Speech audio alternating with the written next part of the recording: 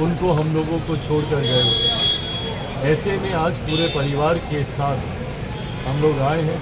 हर साल की तरह इस साल भी पापा की जन्मस्थली शहर बन्नी में हम लोग हर साल जैसे कार्यक्रम आयोजित करते हैं, उसी तरीके से मैं, मेरा पूरा परिवार कल वहीं शहर बन्नी में रहेगा। वहीं उनकी जन्मस्थली से आशीर्वाद लेकर अगले रण की तैयारी की पूरी तरीके से पार्टी का एक एक कार्यकर्ता अपनी कमर कस उस रण को जीतने के लिए, उस रणभूमि में उतरने के लिए तैयार। झारखंड विधानसभा चुनाव में क्या एनडीए के साथ आप झारखंड विधानसभा चुनाव को लेकर क्या कहेंगे? झारखंड विधानसभा के चुनाव को लेकर गठबंधन के साथ खास तौर पर भारतीय जनता पार्टी जो कि प्रमुख एनडीए का घटक दल है, उससे बातचीत चल रही है। कल जैसा मैंने कहा, मेरी से केंद्रीय गृह मंत्री आदरणीय अमित शाह जी से भी मुलाकात हुई है। झारखंड के प्रभारी आदरणीय हेमंता जी से भी हमारी पार्टी के जमुई से सांसद और झारखंड के प्रभारी अरुण भारती जी की निरंतरता में चर्चाएं चल रही हैं। बहुत ज़्यादा सीटों की मांग हमारे दल की नहीं। हमेशा से हम लोग का लक्ष्य रहा है कि कैसे एनडीए को हम लोग गठबंधन में रहकर मजबूती देने का हम लोग कार्य करें।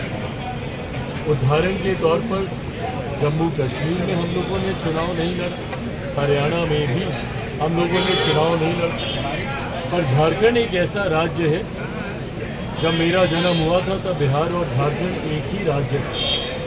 ऐसे में पार्टी ने भी इस दौरान काफ़ी मेहनत की है। 19 का चुनाव जब मेरे नेता, मेरे पिता आदरणीय रामविलास पासवान जी जीवित थे, किसी कारणवश उस वक्त गठबंधन नहीं बन पाया था, हम लोगों ने अकेले चुनाव लड़ा था। 14 में ज़रूर भाजपा के साथ एक सीट, शिकारी पारा की एक सीट थी, उस पर हम लोगों ने चुनाव लड़ा था। ऐसे में चाहते हैं कि 2014 में जैसी परिस्थितियाँ थी उसी तरीके से गठबंधन के तहत अगर कोई संभावना बनती है, जो उम्मीद है मुझे बनेगी, सकारात्मक चर्चाएं चल रही हैं, ऐसा होता है तो हम लोग गठबंधन के तहत ही चुनाव लड़ेंगे। बहरहाल परिस्थिति स्पष्ट होने में कुछ समय और लगेगा। मुझे लगता है नोटिफिकेशन जब तक आता है, अधिसूचना जो कि मैं मानता हूँ 2-1 दिन में आनी चाहिए, अधिसूचना आते आते तक मैं मानता हूं कि स्थिति स्पष्ट हो जाएगी। नीतीश कुमार के लिए भारत रत्न मांगा जा रहा है। चुनाव में प्रशांत किशोर बोले कि एनडीए के उम्मीदवार को हरा देंगे। अच्छी बात है, तो अगर चुनावी रण क्षेत्र में उतर रहे हैं तो किसी न किसी लक्ष्य के साथ ही कर रहे होंगे, या तो महागठबंधन को हराने के लिए या एनडीए को हराने के लिए। अगर वो अपने लक्ष्य को स्पष्ट कर रहे हैं तो ये अच्छी बात है। हम लोग वो फैसला तो जनता नहीं करना है। नीतीश कुमार को भारत रत्न की मांग हो रही है, मांगा जा रहा है। नीतीश कुमार को भारत रत्न देने की मांग हो रही है। अच्छी बात है, होनी भी चाहिए और उनको बिल्कुल मिलना भी चाहिए। देखिए, मुख्यमंत्री नीतीश कुमार जी का जो राजनीतिक अनुभव है, उसकी तुलना बहुत कम राजनीतिज्ञों से की जा सकती है।